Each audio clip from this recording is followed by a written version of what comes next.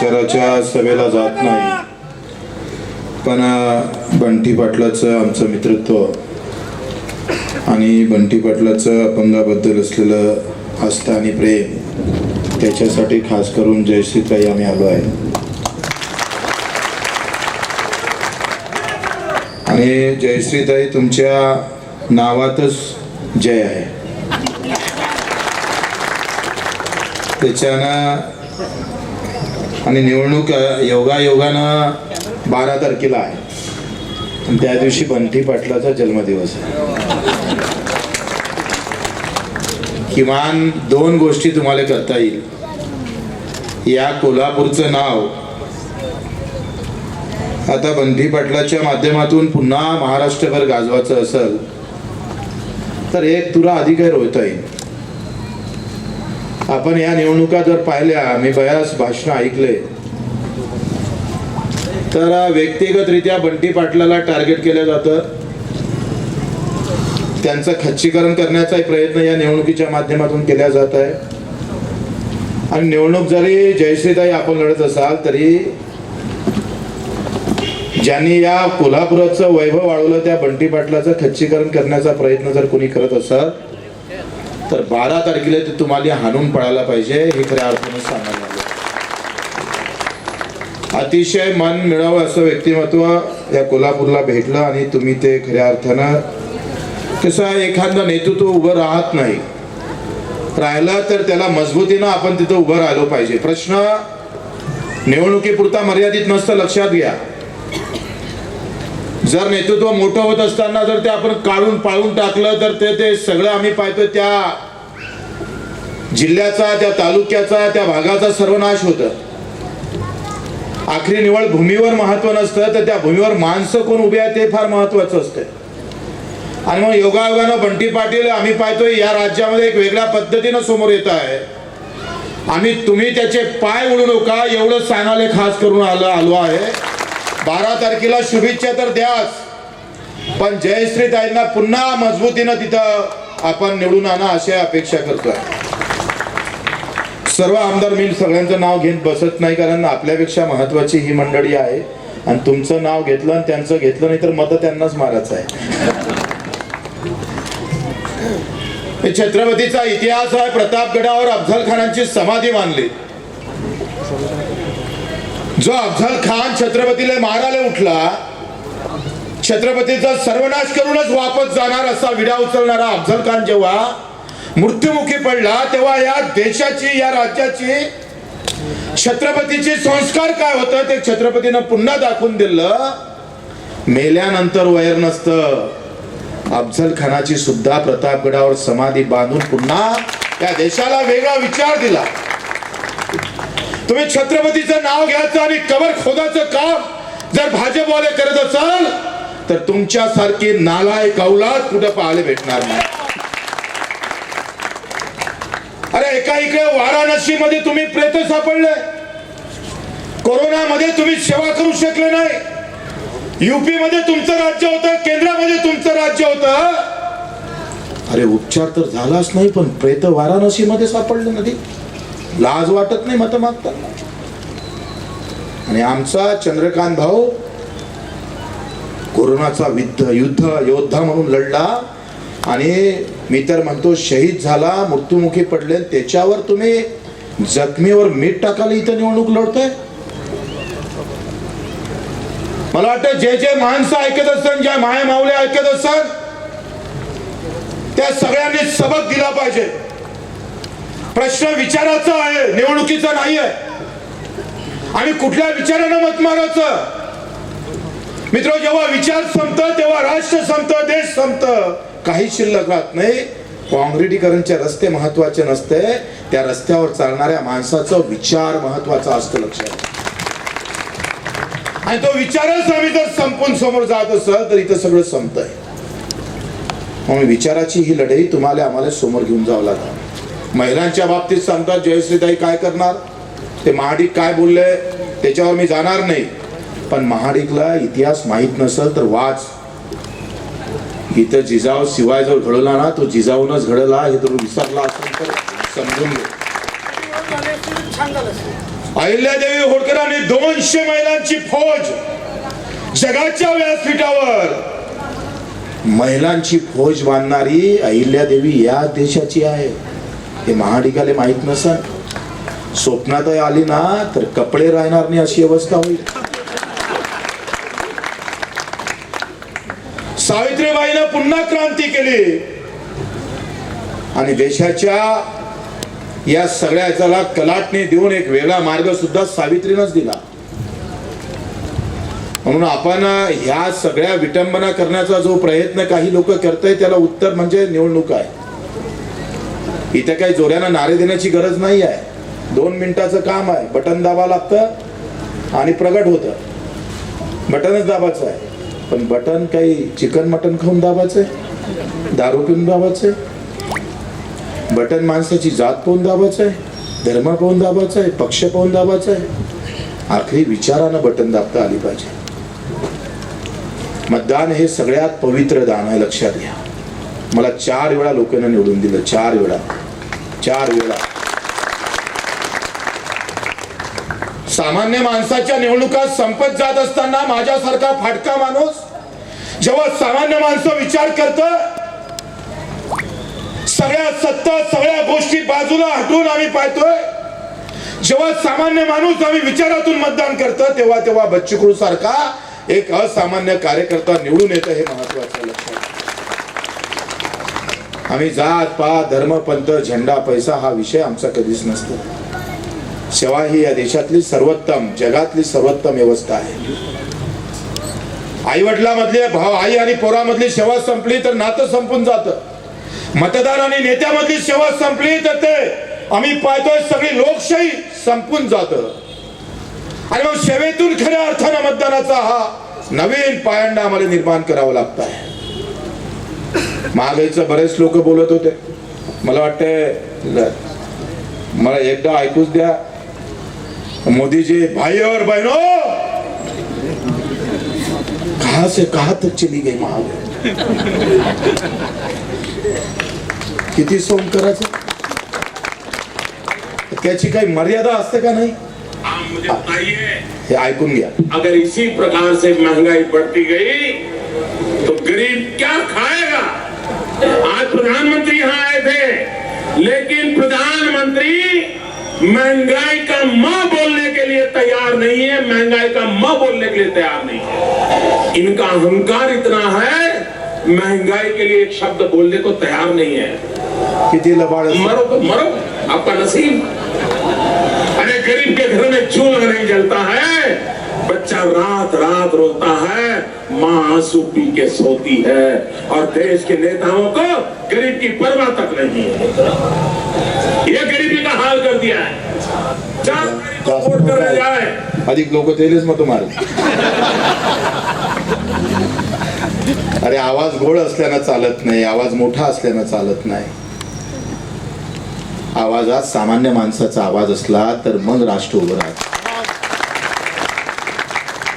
किती लबाड बोलायचं याची काही मर्यादा पाहिजे. चंद्रकांत पाटील, तुमचा चंद्र अमावस्येला गेला आहे. तुम्ही इथं कधी उगवले हे तरी सांगा. तुमच्या चंद्राला पौर्णिमा कधी नशिबातच आली?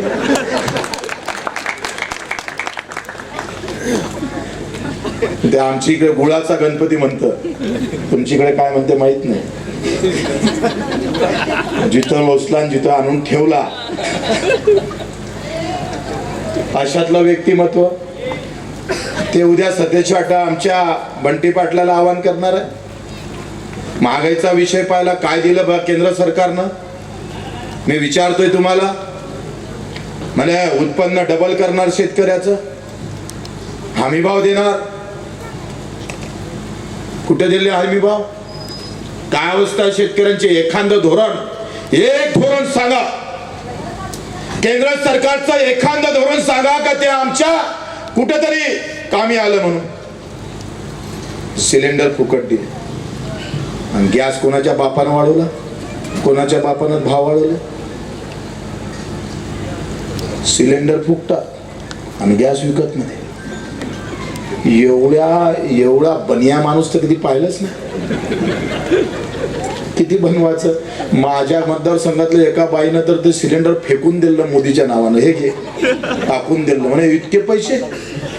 एवढ्याच्यात तर 4 सिलेंडर विकत घेतले असते. तेवढा त्या गॅस महाग केला. जिओ आहे ना, जिओ तुम्हाला फुकट भेटलं. सिम कार्डच दिलं ना फुकट.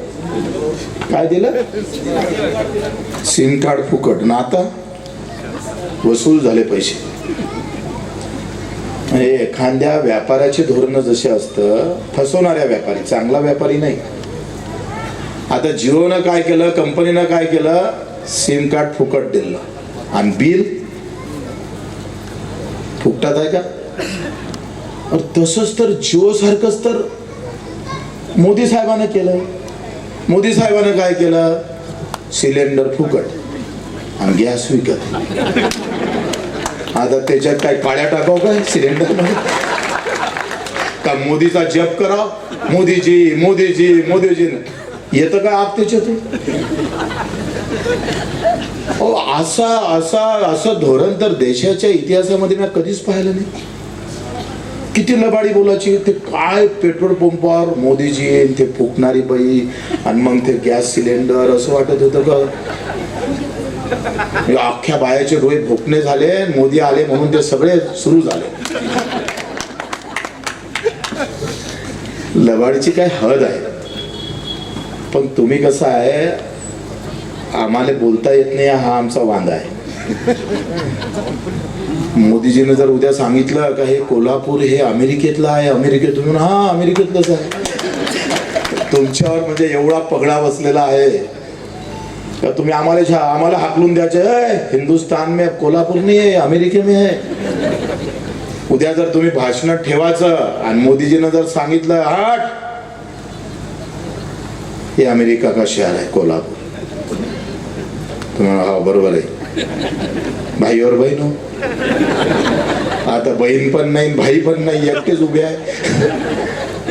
15 लाख कोणाच्या खिशात आले माहीतच नाही. एक तरी सांगा बरं, 22 पर्यंत सगळ्यांना घर भेटले तुम्हाला घर सगळ्यांना. एवढा सबको मिलेगा निवास, मोदी का राज्य आहे. प्रत्येकाला असं वाटलंय बांधणारे घर थांबून ठेवले लोक. 22 पर्यंत घर. हे महाशय त्याच्यावर बोलतच नाही. म्हणजे एक तरी 12 योजना आणल्या. जनश्री योजना, धनश्री योजना, काय आणल्या लोकांना आठवतच नाही. असं वाटतं हे मोदी योजना म्हटलं म्हणजे लोक हातच लावत नाही. असं वाटते करंट लागते. हट, इतकी वाईट अवस्था आहे. कार्यक्रम या देशाला नाही, वेगळ्या प्रकारचा विचार नाही, कुठल्याही प्रकारचं, फक्त अरेराई आहे. एकच शस्त्र आहे, ईडी. आतापर्यंत नेत्यावर लागली, उद्या मत मारण्यावर लागन. मत मारलं का काँग्रेसले, लावली ईडी.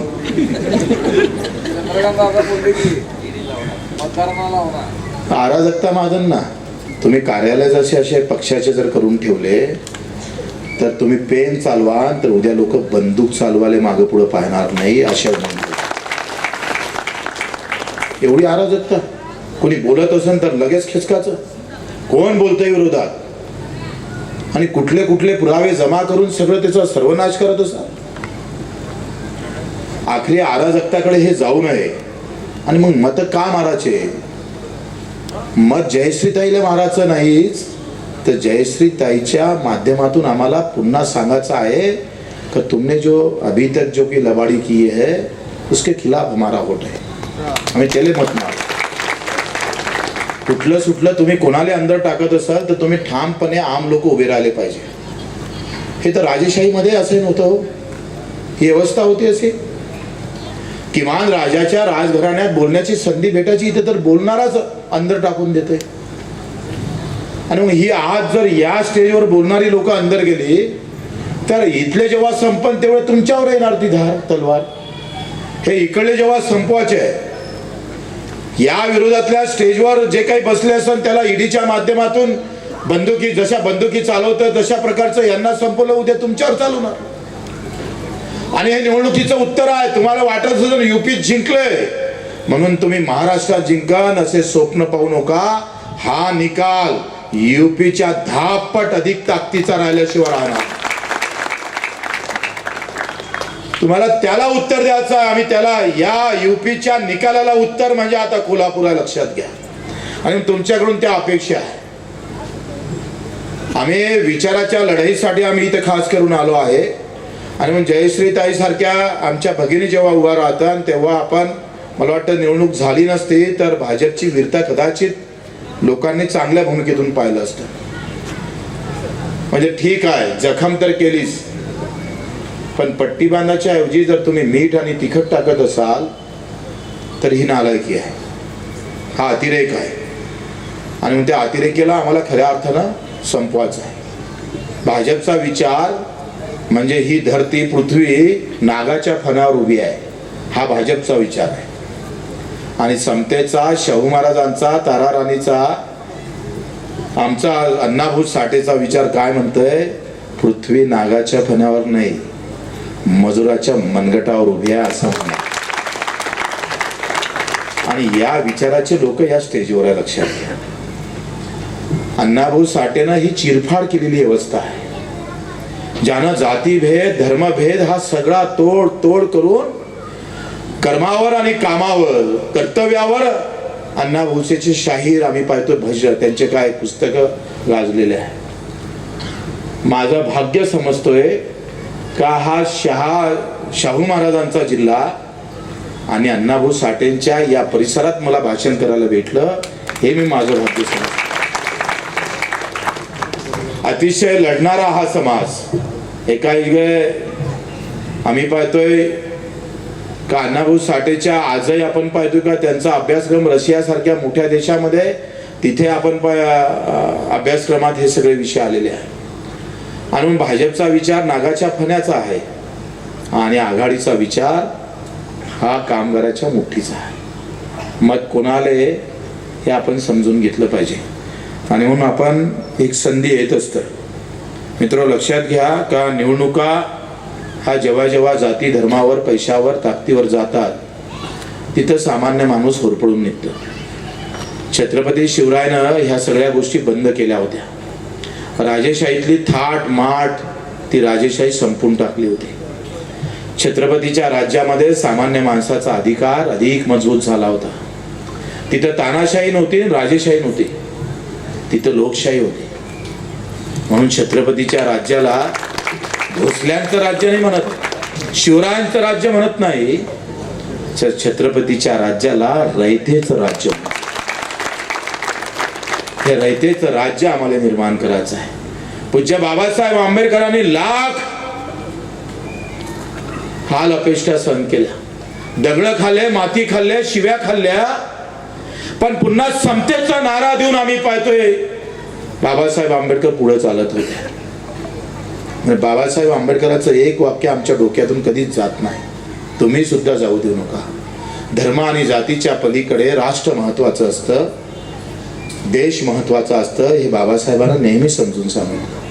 बाबासाहेबांचं एक वाक्य आहे, मी पहिले भारतीय आहो आणि नंतर सुद्धा भारतीय आहो, असं म्हणणारं हे हा देश आहे. आणि म्हणून इथं धर्माच्या नावावर तेढ करणे, मंदिर मस्जिदाची लढाई उभी करणे आणि हॉस्पिटल मात्र तसेच कोरडे पाषाण ठेवणे. शाळा मोडकीच आल्या, हॉस्पिटलमध्ये बेड शिल्लक नाही, केंद्राचा एकही खडको आम्हाला भेटत नाही आणि तिथं मोदीजी बोलायला तयार नाही. तरी मत मारत असेल तर आमच्यासारखे करंटे नाही, आमच्यासारखे, मला वाटतं करंटे तुम्हाला समजला नसेल, पण आमच्यासारखे एवढे नालायक लोक नाही आहे. आम्ही ते हाणून पाडलं पाहिजे. धोरणं या देशामध्ये 57 वर्षानंतर सुद्धा, 60-70 वर्षानंतर सुद्धा अजूनही गरिबाची अवस्था बदलत नाही आहे. इथं श्रीमंत माणसाला वेगळी अवस्था आहे आणि सामान्य माणसासाठी वेगळी अवस्था आहे. आमदार, खासदार, अधिकाऱ्याचे पोरं चांगल्या शाळेत शिकायची अवस्था आहे आणि मतं मारणाऱ्याच्या पोराची अवस्था मात्र नगर परिषद आणि जिल्हा परिषद जिंदाबाद. या व्यवस्थेला आम्हाला छेद द्यावं लागेल, तिथं आम्हाला उभं करावं लागेल. इथून समोरच्या काळामध्ये आम्ही सुद्धा, उद्धव साहेब आणि आमचे अजितदादा पवार असेल, बाळासाहेब थोरात असेल, आमचं म्हणणं आहे का ही सगळी कलाटणी आपल्याला देता आली पाहिजे.